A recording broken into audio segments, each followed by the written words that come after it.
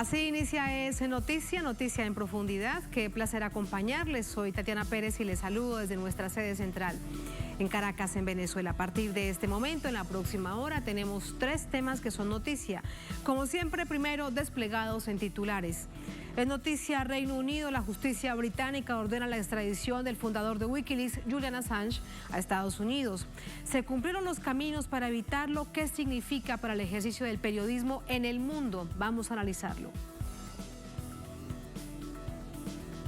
En noticia Brasil, el presidente de la nación, Jair Bolsonaro, reveló por primera vez que la jefatura del ejército estuvo vinculada al golpe parlamentario contra la presidenta Dilma Rousseff en 2016. ¿Cuánta verdad falta por conocerse? Vamos a verlo. En noticia Chile, la Convención Constitucional aprueba la inclusión en la nueva Carta Magna de varios derechos sociales. ¿Cómo lo han logrado en medio de tantos obstáculos de poder? Vamos a verlo. Noticia Casi comienza. Bienvenidos, bienvenidas.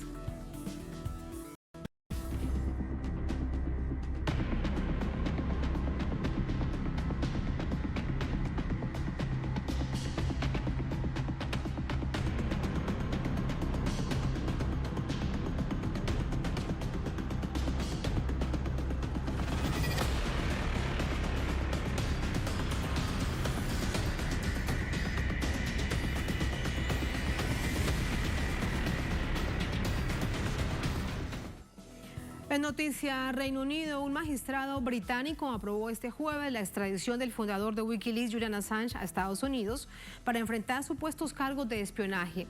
El caso queda ahora en manos de la ministra del Interior de Reino Unido.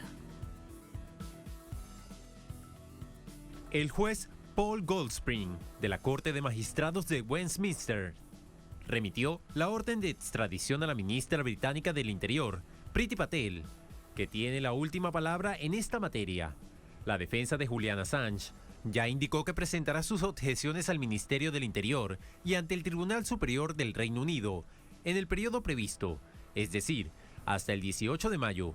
La eventual decisión de la ministra Patel podrá ser recurrida por las partes, la justicia estadounidense o Assange, pero solo si el Tribunal Superior lo autoriza. Y en el pasado del mismo caso, este organismo lo ha negado. Si no hubiera ningún recurso, la extradición se produciría en los 28 días siguientes de haber sido autorizada. La defensa de Assange tendría aún la opción de recurrir al Tribunal Europeo de Derechos Humanos.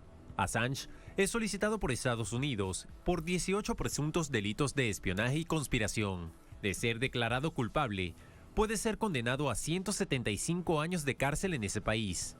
Todas las imputaciones guardan relación con los 400.000 documentos filtrados por Wikileaks en 2010, que involucran a los gobiernos de Estados Unidos, entre ellos los papeles de Afganistán e Irak, sobre las acciones bélicas de Washington en esos dos países, y el denominado Cablegate, con más de 250.000 comunicaciones hacia Washington desde embajadas en más de 90 países, así como documentos relacionados con torturas en la prisión de Guantánamo. Assange está recluido en la cárcel londinense de Belmarsh desde abril de 2019. La defensa ha reclamado que su encarcelamiento en una prisión estadounidense perjudicaría aún más su estado mental, al punto de poner al periodista en riesgo de suicidio. Siguiendo la pauta de la justicia estadounidense, los fiscales británicos han rechazado estas afirmaciones, aunque ya Estados Unidos asomó que sería llevado a una prisión de máxima seguridad, donde aplican la segregación administrativa, 22 horas de aislamiento en una celda. Según la propia descripción de Estados Unidos ofrecida al gobierno del Reino Unido, cumple con el estándar de confinamiento solitario bajo el derecho internacional. Vamos a entrar de inmediato con el análisis. Para ello nos acompaña Ernesto Anzieta, es analista político, experto en relaciones internacionales, nos acompaña desde Quito. Ernesto, bienvenido, muy buenas noches, ¿cómo está? Muy buenas noches, un gusto estar aquí una vez más. Muchísimas gracias. Primero, Ernesto, desde esta percepción jurídica, la realidad acerca de los pasos que puedan quedar, que realmente son pocos, para pensar en que esta extradición de Julian Assange a Estados Unidos no se concrete. Sinceramente, y lamento ser tan poco optimista, yo considero que al menos a nivel interno el Reino Unido va a proceder con la extradición. Sobre todo porque el caso, con el contexto actual de guerra en Ucrania y lo que implica haber revelado secretos de Estado, violaciones de derechos humanos y lo que podríamos incluso catalogar como crímenes de guerra, no cae bien, no gusta, y obviamente el castigo al señor Assange va a ser el silencio. Desde una perspectiva de, como muy bien se mencionó en la introducción del programa, del régimen jurídico europeo de derechos humanos, habría que ver qué es lo que sucede, pero yo creo que el fracaso de ambos regímenes jurídicos para proteger los derechos efectivos de Julian Assange, entre otras cosas, no solo va a significar la condena de Julian Assange, sino también el desmoronamiento del sistema liberal de derechos humanos como lo conocemos, porque evidentemente se muestra selectivo. En un caso donde el mundo anglosajón está involucrado, evidentemente no se va a dar luz verde a una persona que constituye un periodista. Más allá de que haya cometido cualquier tipo de error, él constituye un periodista y debería ser protegido. Y Naciones Unidas, recordemos, por ejemplo, que esta comisión independiente que se crea a instancias de Naciones Unidas había presentado toda una serie de documentos donde se concluía, por ejemplo, que Julian Assange no había cometido delitos internacionales, ni siquiera por aquellos que se le acusaban directamente, recuerde usted, en Suecia, por un presunto abuso, cuando luego se comprobó que había sido una relación sexual consentida. Todo esto quedó en ese documento. ¿Quedará entonces, cree usted, para la historia?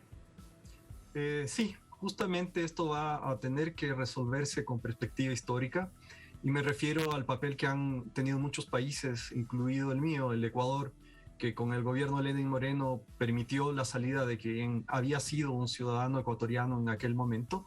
Más allá de que haya debate jurídico al respecto, esto es algo que la historia va a juzgar, no inmediatamente, pero va a ocurrir. Respecto de lo que se le acusa a Julian Assange, pensemos en algo: delitos mucho más graves no terminan en una condena en solitario en una prisión de alta seguridad. Este rato su retención es junto a gente que ha sido condenada, por ejemplo, por terrorismo, y me refiero a la cárcel en la que se encuentra en Reino Unido. Entonces, el mensaje que se está mandando acá es: tú no puedes irte en contra de la narrativa dominante si no va a haber estos problemas, y tu silenciamiento no va a ser simplemente un arresto domiciliario que hubiera sido racional, no, va a ser un confinamiento en solitario de los peores lugares que, aunque no constituya tortura, como alegan los países que están pretendiendo condenarlo, nos damos cuenta que es totalmente desproporcionado para alguien que, insisto, es un periodista y no un terrorista y no un espía, como trata de la narrativa dominante encasillar o enmarcar a Julian Assange. Pero claro que lo es un periodista que divulga información extremadamente grave y delicada, que además le da la vuelta al mundo. Me refiero, por ejemplo, a los ataques en Irak y en Afganistán. Pero después de eso, la cantidad de vinculación de hechos, sí, de espionaje de Estados Unidos con una otra cantidad de países. Pero aquí, además de todo esto, Ernesto, lo que llama la atención es que hoy de esto muy poco se habla. Parece que hubiesen olvidado las razones de fondo por las que Julian Assange, por ejemplo, estuvo casi 8 años en la Embajada de Ecuador en Londres, protegido para que nada de esto sucediera. El régimen de silencio, que es totalmente opuesto a el periodismo, la transparencia y los derechos humanos, es lo que se está tratando de implementar. Acabas de mencionar algo importante, que es el tema de esto no se habla. Hablemos de otros temas que no se hablan. En este mismo momento, hace un par de días, desaparece Gonzalo Lira, periodista chileno-estadounidense que se encontraba en Kherson, en una ciudad que, como sabemos, es este rato la línea de fuego, frontera de conflicto entre Ucrania y Rusia, y desaparece, y él menciona que si llega a desaparecer es culpa del gobierno ucraniano, porque él se permitió criticar a ese régimen, las violaciones de derechos humanos, o presuntas violaciones, y las amenazas que él había recibido. ¿Y qué es lo que hemos visto en el mainstream internacional? silencio absoluto. Este caso casi no ha sido mencionado en ningún lugar, pese a que es un periodista latinoamericano y al mismo tiempo estadounidense, ciudadano estadounidense que se encuentra en Ucrania, este momento desaparecido. Es más, vemos que algunos medios de comunicación se han alegrado por el desaparecimiento de esta persona y de hecho se ha mencionado, por ejemplo, a través de Daily Beast, que era necesario silenciarlo, porque una vez más se lo catalogaba como un espía ruso. Atención, uno puede estar opuesto totalmente a las acciones rusas en Ucrania, uno no puede estar de acuerdo con lo que Gonzalo Lira mencionaba, pero ¿sabe qué es lo que no puede hacer? Condenarlo básicamente a muerte, porque esta desaparición probablemente significa que él se encuentra muerto, por decir lo que piensa. La defensa de la libertad de expresión, de la libertad de prensa es fundamental. Y lo que estamos viendo en la actualidad, ya que estamos hablando del tema de silencio, no es que solo se calla medios, como lo que pasó con Russia Today, sino que también se está callando las voces de periodistas independientes en Twitter, en YouTube, en Facebook. Se les está, por un lado, cerrando las cuentas o demonetizando por el otro. ¿Y eso qué significa? Básicamente la muerte de la libertad de expresión del periodismo una vez más. Atención, Julian Assange es el caso más central, porque evidentemente es algo que lleva mucho tiempo y porque él hizo una de las revelaciones de los crímenes, valga la pena decir, de los gobiernos más grandes que ha existido jamás. Pero no es el único caso. Ahora mismo, como lo menciono en el caso de Lira, otras amenazas a periodistas in situ, por ejemplo, un señor que se llama Patrick Lancaster, que está este rato desplegado en la frontera ucraniana-rusa en este conflicto, amenazas literal de muerte. Periodistas, es gente que no ha matado a nadie, que no ha amenazado a nadie y que solo por defender un punto de vista que, insisto, puede no ser el nuestro, no merecen morir. Pero eso es lo que está ocurriendo este rato, se los silencia, se los desaparece, se les amenaza de muerte. Es inadmisible.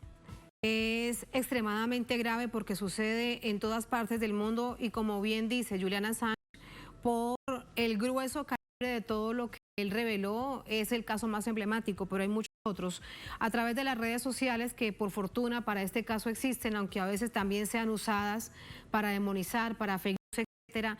Hay varios usuarios que dicen lo siguiente: se confirma lo que todo es literal en su canal de Telegram, que Gonzalo Lira, este periodista al que usted hace referencia, fue secuestrado, fue torturado, fue asesinado por la unidad Kraken afiliada al batallón Azov.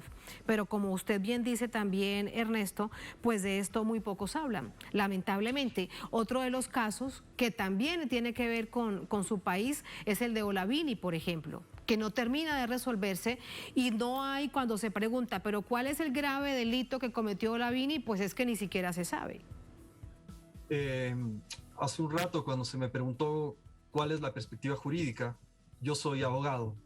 Yo les digo, la perspectiva jurídica es muy negativa porque el sistema internacional, el sistema de derechos humanos de los países está fracasando. Y uno puede decir, bueno, también hay silenciamientos, este es un defensor de Rusia, de China. Y yo digo, sí, en efecto, puede haber y hay silenciamientos en todas partes, pero eso justifica que en el sector occidental, donde se supone que vivimos con mayor libertad y garantía de derechos, exista esto y no se menciona absolutamente nada. Lo grave de las violaciones es que se están volviendo sistemáticas y lo que está ocurriendo es que empieza un proceso de normalización. Nadie menciona al nivel de la escala de la que se habla del caso de Julian Assange, las desapariciones de periodistas, por ejemplo, en los conflictos civiles de Latinoamérica, específicamente en la situación de Colombia, así de simple. ¿Por qué es políticamente incorrecto? Porque pensamos que las violaciones generalmente se dan en países lejanos de nombres difíciles de pronunciar, China, Rusia, Ucrania, etc. Pero están ocurriendo en todas partes. Y el llamado que yo haría, porque el periodismo siempre tiene un enfoque hacia un lado o hacia el otro, es entender que no importa el enfoque que exista por parte de los periodistas, ni siquiera importaría tanto lo de las fake news, yo les digo así directamente, pero yo lo que preferiría es que haya una diversidad de voces. Como nos interesa la diversidad en otros ámbitos, asimismo hace falta diversidad de voces. El silenciamiento, por ejemplo, en todo el hemisferio occidental de Russia Today es muy grave porque independientemente del contenido de las noticias, es acallar una voz. Y para tener un entendimiento de la realidad lo que uno necesita es tener varios puntos de vista. Atención, CNN es fundamental en esto. ¿Y por qué CNN? Porque incluso si uno no está de acuerdo con su contenido, que exista y que puedan comunicar es en sí mismo un valor. Y lo que no nos estamos dando cuenta a través de estos procesos de polarización y destrucción del sistema de derechos humanos es que nos estamos quedando sin voces. Y el gran problema es que el día de mañana, si por ejemplo llega a aparecer una guerra de carácter global, lo que va a haber es un silenciamiento mucho más profundo, inclusive para aquellos que no somos periodistas de manera directa o personas que están relacionados al negocio de la comunicación, a la industria de la comunicación. Claro, pero todo esto, sí, Ernesto, pero todo esto es extremadamente grave porque con los ejemplos que usted ha planteado, y no importa qué país, recordando por ejemplo lo que sucede con Honduras, que es uno de los países, según las organizaciones internacionales, más peligrosos para el ejercicio del periodismo. También aparece México, lamentablemente.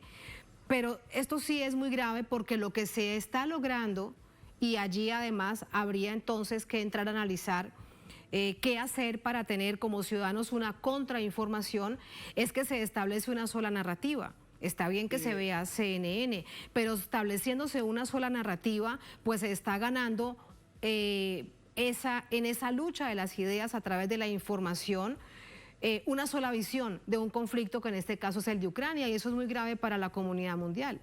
Mucho más allá de eso, una visión que ocurre incluso dentro de los Estados Unidos. La gran pelea este rato dentro de los Estados Unidos, de la casi no se habla esto en Latinoamérica, es qué es lo que está sucediendo con Twitter. Dada la comunicación, cómo se estructura en la actualidad, Twitter es el espacio público. Y ocurre que se están silenciando muchísimas voces. No olvidemos a Donald Trump, presidente de los Estados Unidos. Simplemente se le cerró la cuenta. Así de simple. ¿Qué es lo que está pasando este rato con Bukele? Se le está silenciando. Muchos de los tweets que él menciona aparecen con mensajes alertando a los usuarios de que lo que él menciona no es verdad. Yo me pregunto algo, ¿realmente Twitter tiene la capacidad de hacer eso? ¿Dónde quedan las cortes de justicia? La excusa que dicen es que esto es una empresa privada. El momento que Elon Musk, uno de los hombres más ricos del mundo, quiere comprar Twitter para garantizar una vez más la libertad de expresión, se acusa de que este hombre está tratando de apropiarse de la plataforma. Sin embargo, cuando Jeff Bezos, el dueño de Amazon, se apropió del Washington Post, nadie dijo nada. ¿Sí me doy a entender? Por eso digo, la multiplicidad de voces es lo que deberíamos desear, que exista RT, que exista Telesur, que exista CNN, que existan todas las voces posibles, y no lo que estamos viendo en la actualidad, que a veces en nombre inclusive de la protección de derechos, de evitar fake news, tú lo que tienes es censura y te aparece en Twitter mismo que tal periodista está afiliado a un medio de comunicación que es de propiedad estatal. ¿Por qué no se menciona eso, por ejemplo, en el caso de la BBC británica? No sale ese mensaje en ningún lugar. Entonces aquí lo que vemos es un desequilibrio muy grande respecto al periodismo. Julian Assange es el primer paso y por eso es fundamental, porque él es como el adalid del periodismo, incluso para los periodistas que no están de acuerdo con él, inconscientes obviamente. Pero el día de mañana, cuando tengamos una censura mucho más fuerte, además porque la tecnología va avanzando, nos vamos a dar cuenta que estamos perdiendo más libertades de las que incluso estamos conscientes que tenemos. Con esta reflexión la despido, Ernesto. Es un momento grave y complejo en todo el sentido de la palabra, y para el caso de la información, pues muchísimo más. En el marco de la rigurosidad periodística, hay una cantidad de hechos en los que siempre hay que tener de presente el papel de la profesión. Por eso hay un punto en el que yo sí no comparto con usted, cuando usted nos dice que sobre los fake news, pues va mucho más allá que eso, ¿no? Es que eso es parte de la rigurosidad periodística. No importa en qué parte y en qué línea usted se encuentre de la información, pero eso no tiene nada que ver con la noticia que usted le entrega a la audiencia. Sí, es verdad. A mí lo que me da miedo es la censura, porque a veces, ¿quién determina qué es fake news o no? Claro, no, y el tema de la autocensura, porque también se lleva a eso, que es extremadamente grave. Muchísimas gracias por estas reflexiones, Ernesto. Muy buenas noches.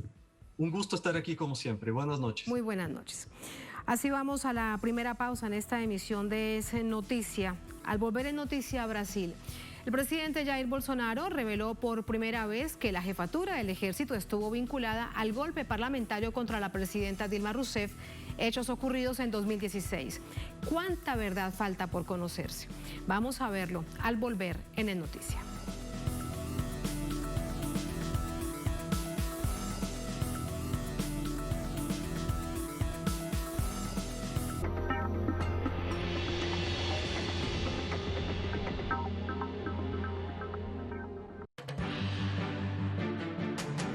¿Qué tal? Les habla Jorge Gestoso. Te invito a que me acompañes en un nuevo programa en donde estaremos hablando sobre la transición hegemónica en el escenario global con otro notable invitado, Sebastián Schultz, sociólogo desde La Plata, Argentina, solo por Telesur. Notables con Jorge Gestoso. Jueves, solo por Telesur.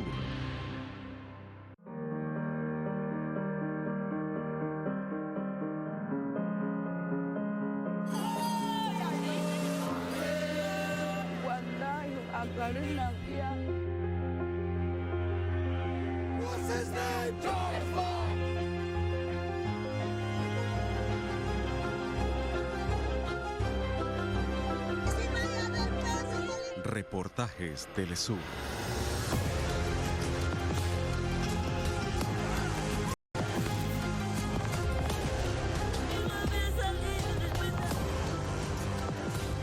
Solo por Telesur. El deporte no es solo lo que ves. No todo es triunfo. Competencia va más allá.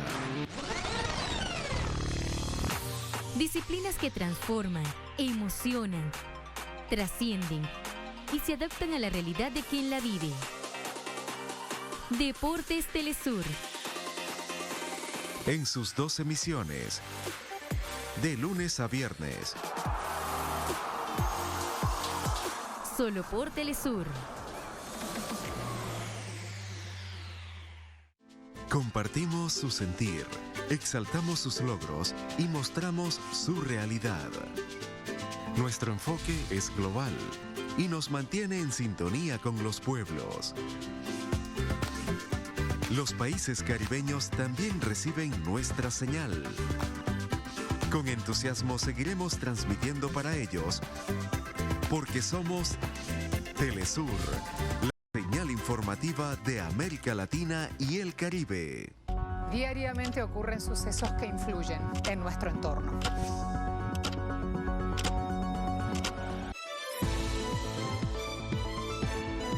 Entérate de las noticias más relevantes de América Latina y el mundo en nuestra agenda abierta.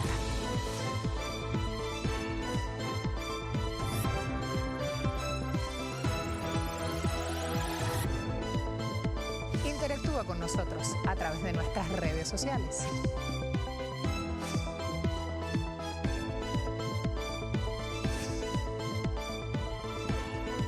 Los esperamos aquí, de lunes a viernes, solo por Telesur.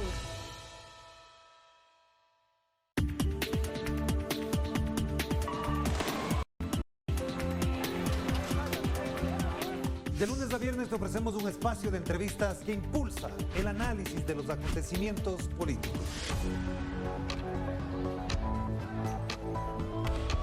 Sigue de cerca cada suceso del panorama latinoamericano a través de Enclave Política.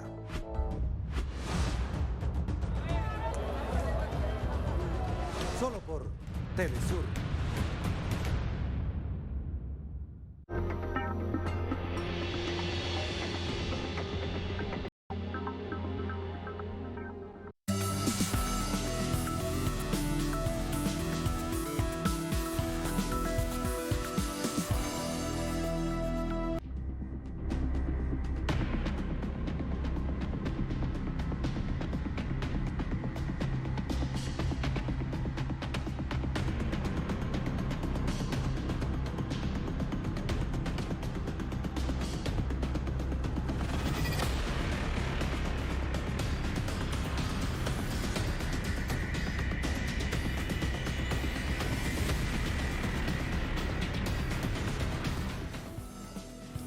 En noticia Brasil, a 6 años del golpe parlamentario contra la entonces presidenta Dilma Rousseff, el actual presidente Jair Bolsonaro revela públicamente la intervención del ejército en este juicio político. Vamos a verlo.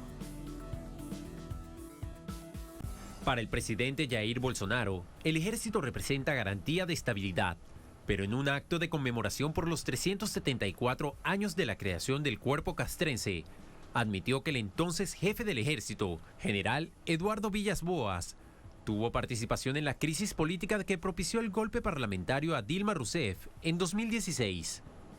Es la primera vez que Bolsonaro vincula al ejército con el proceso de destitución de Rousseff, aunque no brindó detalles sobre cuál habría sido el rol de las Fuerzas Armadas en la salida del gobierno del Partido de los Trabajadores. Sin embargo, Bolsonaro manifestó que los intentos de toma de poder, de cambios de gobierno, son inadmisibles en todos los momentos de la historia de las Fuerzas Armadas. La crisis que mencionó Bolsonaro en su discurso fue la generada por el Parlamento, que inició un proceso de impeachment contra Rousseff sin pruebas sólidas por haber supuestamente maquillado cuentas públicas. En consecuencia, para el 17 de abril de 2016, la Cámara de Diputados aprobó 367 votos a favor y 137 en contra. Posteriormente, el 31 de agosto, con una votación en el Senado de 61 votos a favor y 20 en contra, Rousseff fue retirada del cargo. La forzada salida del Partido de los Trabajadores de la presidencia ocasionó un colapso institucional que repercutió en la garantía de la democracia y perturbó las conquistas sociales de la población. Como es costumbre, Bolsonaro también destacó la actuación del ejército en el golpe de Estado de 1964, que instauró una dictadura de 21 años y exhortó a su participación para los procesos electorales venideros.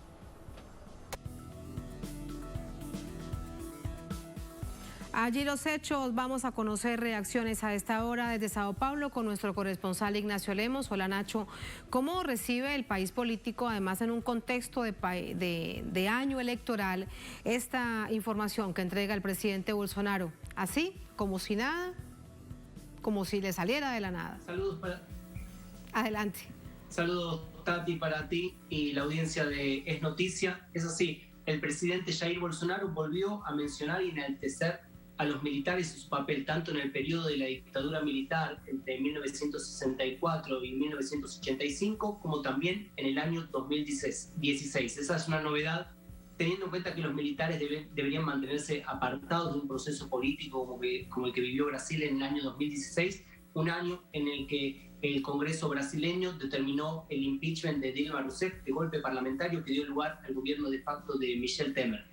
Literalmente Bolsonaro dijo: en el 2016, otro difícil momento de nuestra nación, la participación del entonces comandante del ejército, Vilas Boas, marcó la historia.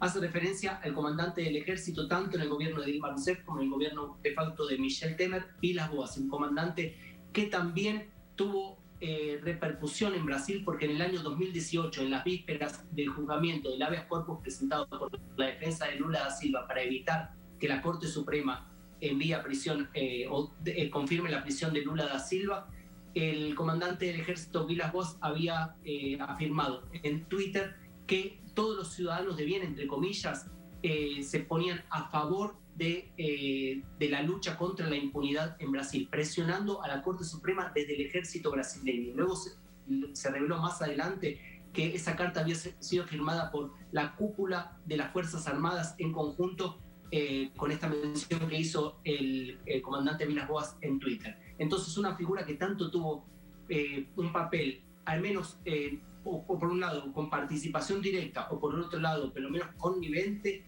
en el proceso de impeachment contra Dilma Rousseff y luego en el golpe institucional, quizás vale decirlo, con la prisión de Lula da Silva, que lo dejó afuera de las elecciones presidenciales en el año 2018 y que luego vino a revelarse que hubo un papel parcial del ex juez del caso Lavallato, Sergio Moro, para dejarlo afuera de las elecciones, y la Corte Suprema volvió atrás liberando a Lula da Silva, hoy un candidato con mayor intención de voto de cara a las elecciones presidenciales. En todo ese contexto, Bolsonaro suelta nuevamente declaraciones enalteciendo el papel del golpe militar en Brasil, luego el papel de los militares en el año 2016, año del impeachment contra Dilma Rousseff, Tatiana.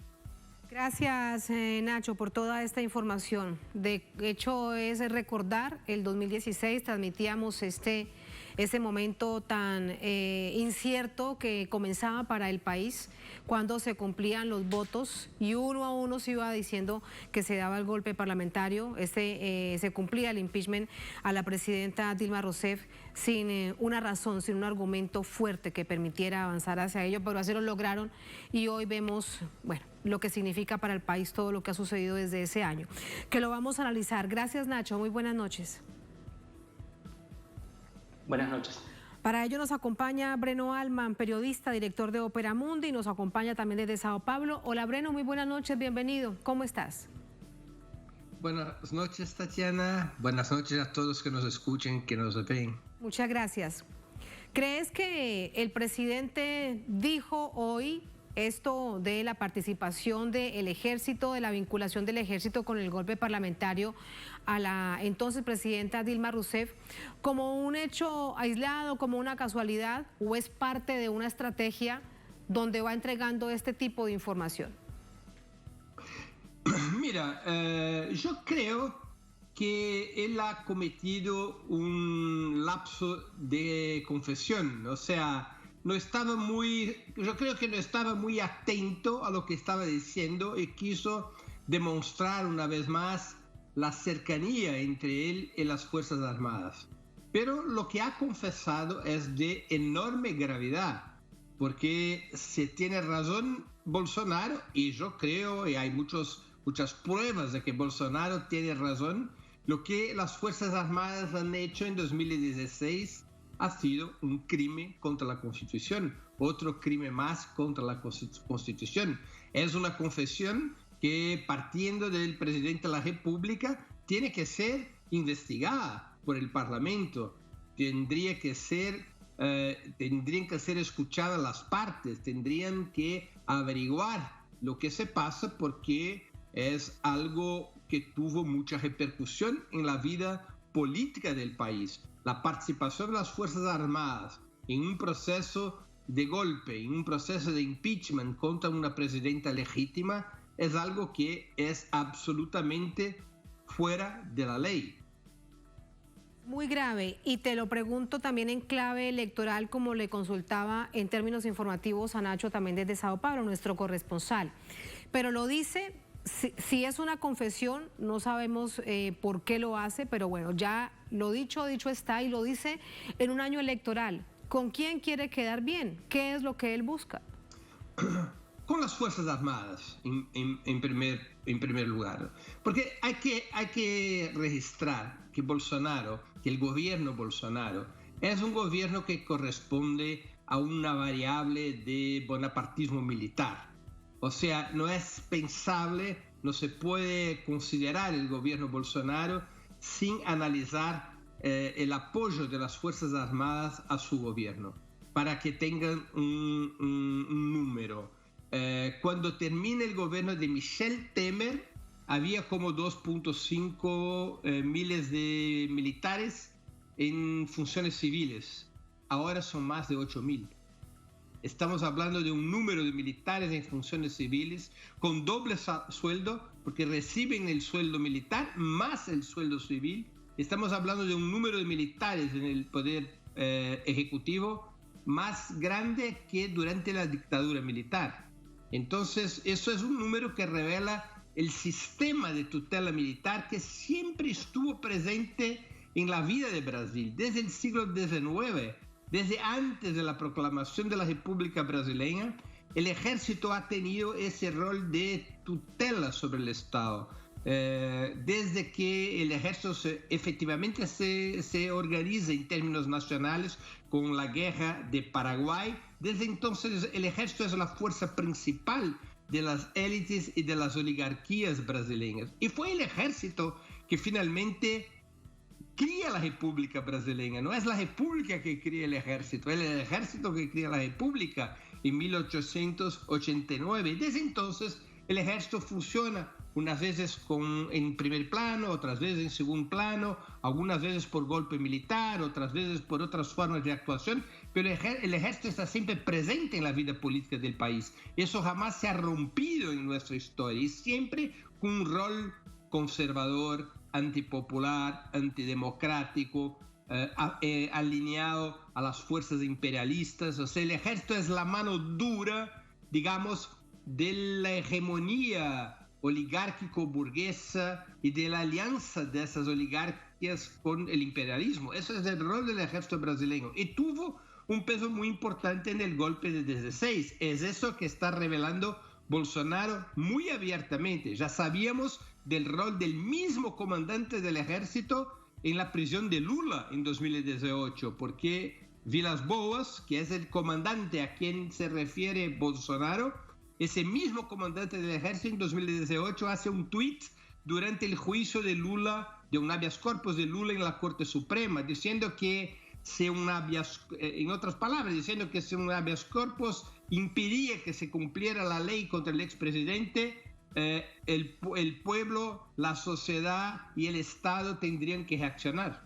O sea, amenazó la Corte Suprema en 2018. Ahora sabemos que también ahora tenemos la confesión de que también tuvieron los militares un rol decisivo en el golpe de 16. Un vínculo directo con la política de ese momento, pero él debería ser llamado entonces a testificar, a que entregue la información, ¿no? O sea, sí, él es la persona llamada por parte de la justicia, Vilas Boas, para que cuente toda esta verdad, como nosotros planteábamos antes de la pausa en titulares. ¿Cuánta verdad falta por conocerse? Ya entonces queda claro que no solamente fue un golpe parlamentario, es que había detrás también todo un entramado de carácter militar.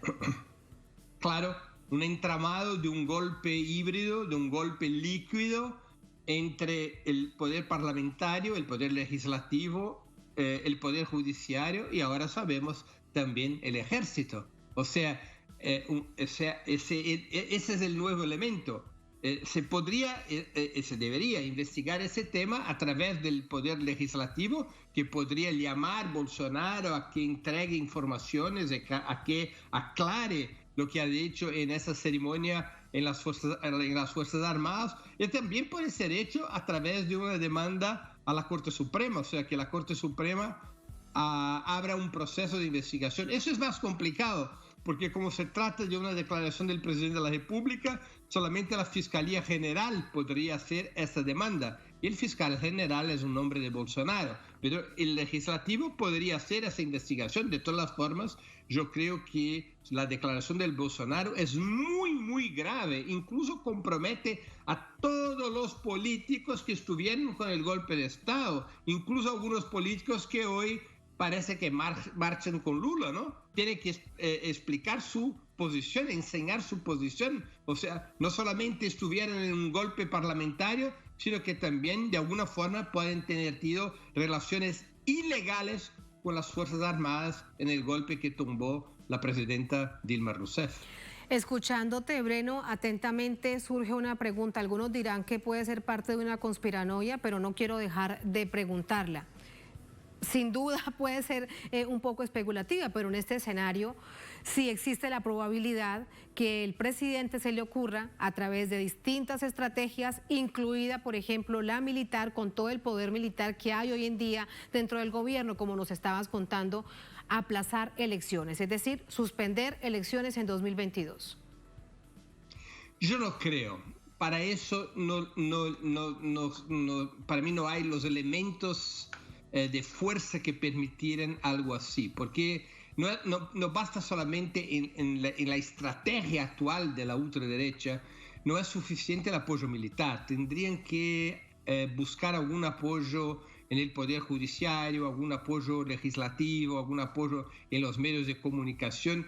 Eso sería transformar un golpe líquido, que es el golpe de 16, y seguimos en ese golpe, ¿no? Porque Bolsonaro solamente ha sido electo presidente de la República porque hubo el golpe de 16 y la prisión de Lula.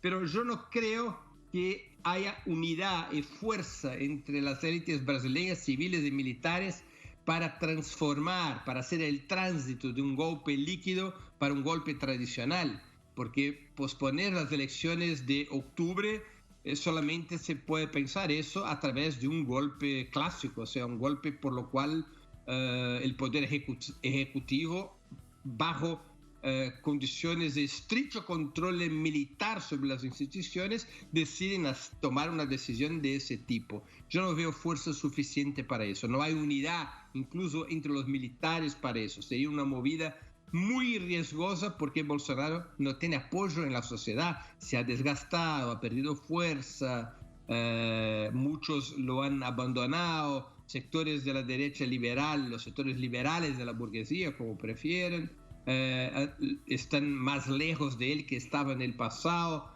Bolsonaro puede hacer flirtar, o sea, puede hasta mismo, digamos, imaginarse en una posibilidad de ese tipo, pero yo creo que se lo tenta, es una aventura, no tiene fuerza para eso en ese momento.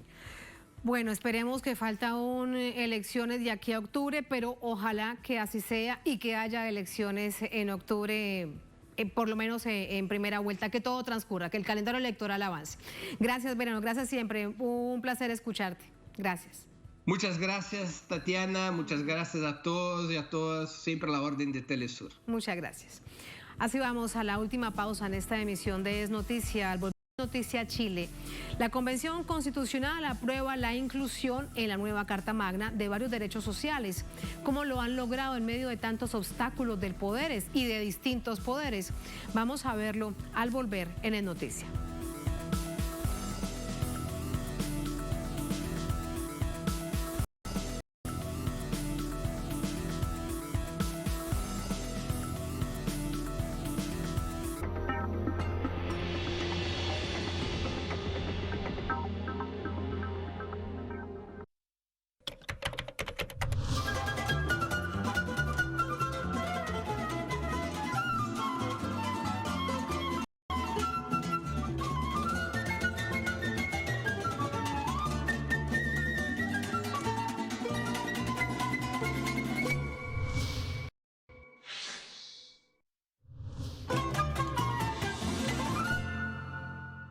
El fútbol o el béisbol. Y si encuentras el espacio donde ambos convergen, donde te hable de su historia, su alcance y sus curiosidades, existe y lo disfrutas en Goles al Bate. Sábados, solo por Telesur.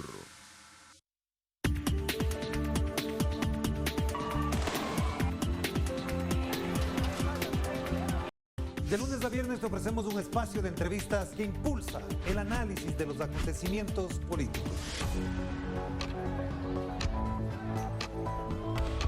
Sigue de cerca cada suceso del panorama latinoamericano a través de Enclave Política.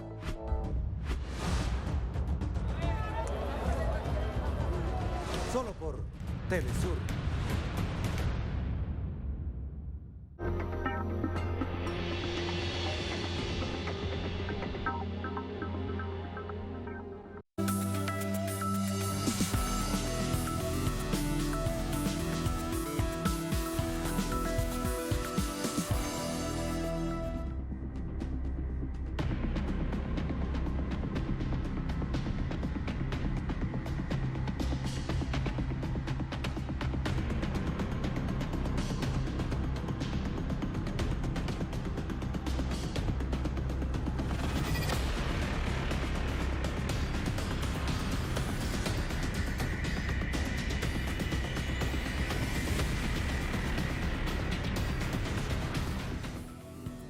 En Noticia Chile, el Pleno de la Convención Constitucional aprobó incluir en la nueva Carta Magna los derechos a la vivienda digna, a la salud, a la memoria, a la libertad sindical y el reconocimiento del trabajo doméstico, entre otros. Vamos a verlo. En una de las jornadas más importantes desde su instalación, los constituyentes aprobaron una serie de artículos relativos a los derechos sociales que consagrará la Constitución Nacional del país suramericano y que busca reemplazar a la vigente que data de la época de la dictadura. La propuesta de la nueva Carta Magna será sometida a un plebiscito el próximo 4 de septiembre para que la ciudadanía la apruebe o la rechace. Uno de los 27 artículos relativos a los derechos, incluido en el segundo informe de la Comisión de Derechos Fundamentales, fue el que aseguraría el acceso a la vivienda, que fue aprobado en lo particular por 133 votos a favor, 11 en contra y 6 abstenciones. La convencional constituyente María Rivera declaró durante esta jornada el hito alcanzado. Derechos que son absolutamente una necesidad y una demanda histórica de los pueblos, trabajadoras y trabajadores. Se ha votado en favor de la vivienda como un derecho, acompañado de varios incisos y otros que han vuelto a la comisión para corregirse. Pero sin duda, lo más importante que hemos votado es en materia del trabajo. El trabajo es un derecho que la Constitución garantiza. Agregó que los derechos aprobados ayudarán a combatir atropellos de los grandes capitales contra la clase trabajadora.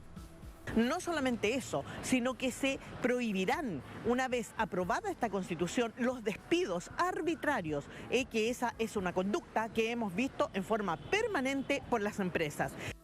Los convencionales constituyentes también consagraron el derecho a la salud, al afirmar que toda persona tiene derecho a la salud y bienestar integral, incluyendo su dimensión física y mental. Tras ser aprobados en lo particular, los artículos deberán pasar por la Comisión de Armonización, encargada de hacer la revisión final de todo el articulado para la propuesta final. Así está lo sucedido durante esta jornada. Lo último, vamos a entrar con el análisis. Para ello nos acompaña inicialmente Esteban Silva, sociólogo, analista internacional, nos acompaña de Santiago. Esteban, muy buenas noches, bienvenido, ¿cómo está? ¿Qué tal? Buenas noches.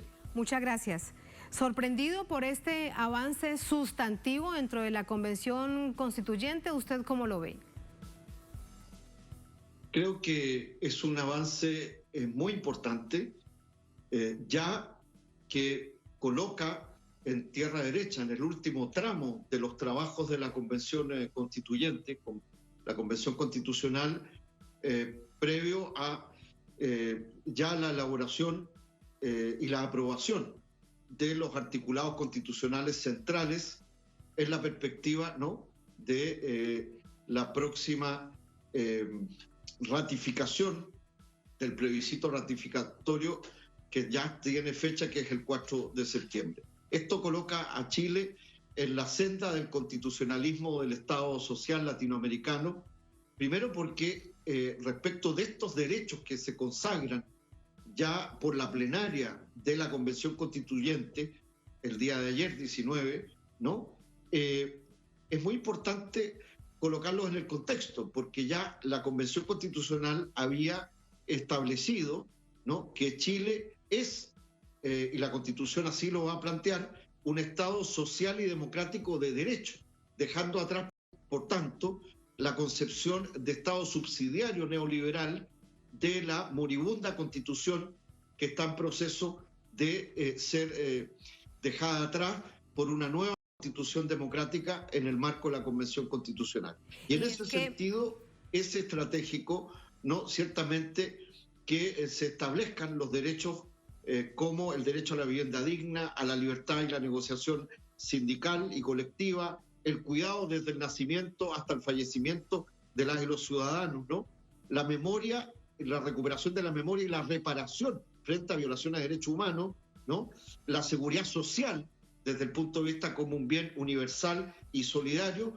y la salud y el bienestar social del pueblo. Creo que estos son ejes fundamentales que se fortalecen en el marco de esta definición de Estado social, democrático y de derecho para un Estado plurinacional y regional en la propuesta de la nueva Constitución. Creo que esto es estratégico, esto es un avance, Esteban, muy importante. Claro, porque vemos que, bueno, usted lo dice, nosotros lo teníamos en el informe además que nos precedía en nuestra conversación, y coloquialmente se dice fácil, pero cuán profundo es, sobre todo en un país que tanto ha luchado por llegar precisamente a esos niveles y quebrar con un modelo que primero fue laboratorio, que se instaló, que además es tan leonino para toda la población. Pero ¿cómo lo han logrado? Vamos a preguntarle esto a Manuel Boldarsky. Él es abogado, es defensor de derechos humanos, es constituyente en Chile, nos acompaña desde Santiago también. Desde Santiago. Constituyente, ¿cómo está? Muy buenas noches, bienvenido. Buenas noches, muchas gracias por la invitación. Un saludo a todas y a todos nuestros queridos compatriotas en Venezuela. Muchas gracias. Y nuestra América Latina, no olviden que nos ven a través de nuestra América Latina, el Caribe y el mundo. ¿Cómo lo lograron? Cuéntenos. Y a todos los hermanos latinoamericanos. Así es. ¿Cómo lo han logrado? Hoy es un día realmente muy importante. Esteban estaba recordando todo lo que se ha dicho para avanzar sobre la nueva Carta Magna y realmente es mucho, es un tremendo desafío. Eso que estamos viviendo es realmente enriquecedor desde la perspectiva del ejercicio del derecho a la autodeterminación, que es una de las consignas que ha llevado a los pueblos de Chile a decidirse por la opción democrática y por mantener esta opción de la Convención Constitucional para proponer una nueva Carta Fundamental, la primera Carta Fundamental escrita democráticamente por personas elegidas democráticamente, que está avanzando hacia un modelo de Estado social y democrático garante del ejercicio de los derechos que proponga en su catálogo. Y de verdad, para nosotros la jornada de ayer, que fue aquella en la que se comenzó con el desarrollo de los derechos sociales, fue una jornada muy, muy, muy emocionante, llena de mucha satisfacción y, por supuesto, esperamos que este ejercicio de la democracia sea un ejemplo para todas y todos en Latinoamérica. Derecho a la vivienda digna, derecho a la salud, el derecho a la memoria, a la libertad sindical, al trabajo doméstico. Esteban, sobre todos estos derechos que son fundamentales para una sana democracia, entre otras cosas, me llama la atención el derecho a la memoria, porque eso es parte de lo que falta aún mucho por conocer después de lo trágico que significó la dictadura cívico-militar en su país. ¿Cuál es su opinión acerca de ello? Bueno, quiero saludar además la persona del compañero Manuel Boldaski, a las y los constituyentes por este trabajo y este paso tan importante que él mismo señalaba. Es histórico porque esto es parte de la lucha de los pueblos de Chile, que no solo se dio con la rebelión popular, el levantamiento popular de octubre del 2019 y que conquistó en definitiva, ¿no?, el derecho a que se instalara esta convención constituyente, que si bien no se le puso incluso limitaciones de que no fuera una asamblea constituyente, ha ido construyendo una decisión por la vía justamente de las y los compañeras y compañeros que han sido electos de la Convención Constitucional y de los pueblos organizados, de las organizaciones populares, sindicales, territoriales, etcétera, porque esto tiene que ver con la larga lucha del pueblo chileno. Por tanto, en definitiva, eso es el primer elemento, es recuperar también la memoria desde el punto de vista de recuperar la soberanía popular, la autodeterminación del pueblo de Chile, y por tanto la reparación es un proceso constituyente con una nueva Carta Fundamental, efectivamente, con un proceso democrático. Lo que espero que sea su apruebo el 4 de septiembre, que también es una fecha simbólica, ¿no?, para las y los chilenos, para el pueblo chileno, porque en 1970, el 4 de septiembre, triunfó el proyecto popular de Salvador Allende. Lo que espero sea una aprobación es el punto de llegada, es el punto de inicio, una vez que aprobada la nueva Constitución, así lo espero, ¿no?, es el punto de inicio de un proceso de reestructuración, de refundación, de reinstalación efectiva, concreta, a partir de la nueva Carta Constitucional democrática y de un Estado social y democrático de derecho, del desmontaje del modelo neoliberal y la restitución y activación efectiva de los derechos de los pueblos de Chile. Creo que estamos en la senda, es el inicio de un proceso, es el término de un ciclo y el inicio de un nuevo proceso de desmontaje del modelo neoliberal y, en definitiva, de la construcción efectiva y la operatividad efectiva de los derechos de los pueblos de Chile. Claro, y hablando de Chile, por todo lo que se ha vivido, por toda la historia, es un tremendo desafío. Constituyente, ¿me escucha? Manuel. Sí, claro. Sí, gracias. Sí, le pregunto, además en el marco de este contexto, ¿qué obstáculos se han sorteado para llegar a esta decisión tan importante?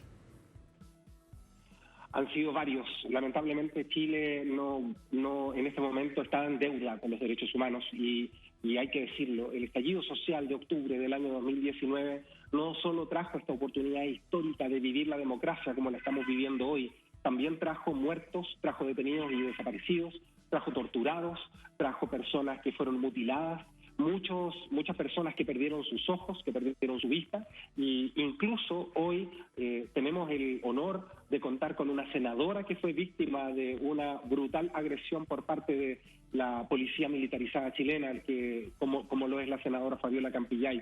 Ha sido durísimo, ha sido muy difícil, pero vale absolutamente la pena porque sabemos que las generaciones futuras van a agradecer el trabajo que arduamente estamos haciendo las y los 154 constituyentes en Chile.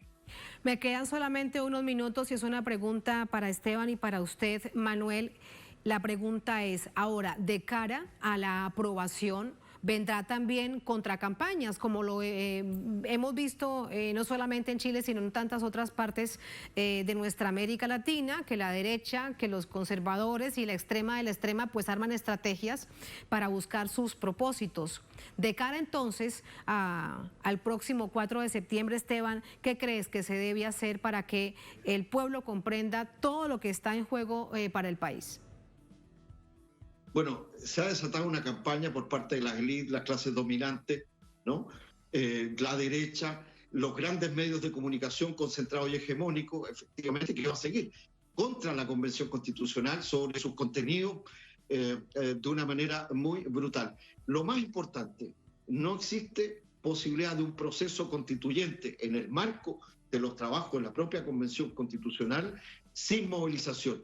Un proceso constituyente sin movilización popular de los pueblos de Chile, del pueblo, es letra muerta. Y creo que lo más relevante es acompañar desde ya todo este proceso de los trabajos de las y los convencionales, ¿no?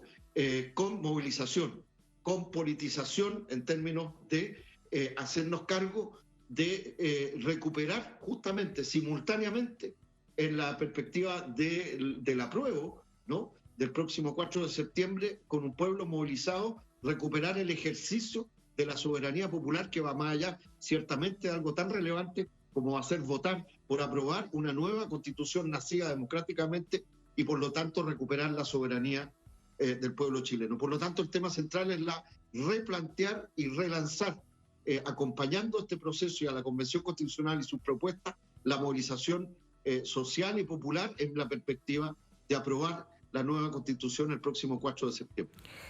Manuel, su opinión con respecto a ello, y le agrego algo más. En medio de tanto silencio que ha tratado de mantener los medios corporativos en Chile del trabajo que ustedes realizan, desde adentro, entonces, ¿cómo ve usted todo lo que viene de aquí al próximo 4 de septiembre?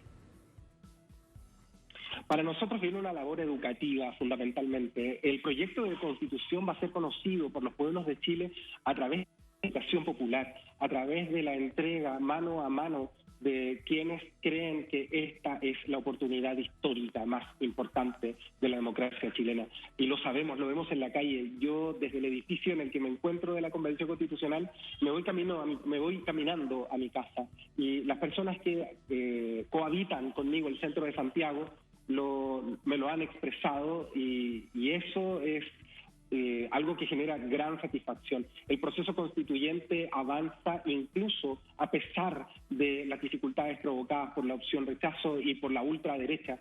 Creo muy importante que la información se entregue de manera directa entre quienes somos las personas que estamos en este momento en la convención hacia los territorios, hacia las poblaciones, hacia las villas, hacia los lugares en los cuales se encuentran las personas. Esta convención constitucional no la defiende el Estado. Esta es una convención constitucional que la defendemos las personas, todas y todos por igual. Por lo tanto, llamo, por una parte, a los pueblos latinoamericanos a que miren el proceso constituyente como la posibilidad de abrir a una democracia plena, total, participativa y sobre todo una democracia en la que nos sintamos no solo el derecho, sino que la responsabilidad de participar, porque si puede Chile, que fue el laboratorio del neoliberalismo, puede cualquier país del mundo decidido a ser dueñas y dueños de su destino. Que así sea. Manuel, gracias por contarnos desde adentro de la Convención Constitucional cómo se vive en estos momentos y sin duda ayer un momento tan importante para el país. Muchas gracias, muy buenas noches. El gusto ha sido todo mío. Por supuesto, mi abrazo fraterno a todas y a todos los que nos están viendo en Venezuela, en Chile y en todas partes de Latinoamérica. Muchísimas gracias. Esteban, gracias, muy buenas noches. Un placer como siempre. Gracias a usted, un gran abrazo. Muchas gracias, muy buenas noches, abrazo de vuelta. Abrazo para todos y todas ustedes, como siempre, aquí en Es Noticia. Nos encontramos de nuevo mañana a la misma hora, no lo olviden, 8:30 de la noche, con la coyuntura, con la información y el análisis. Hasta mañana entonces, sigan con nosotros.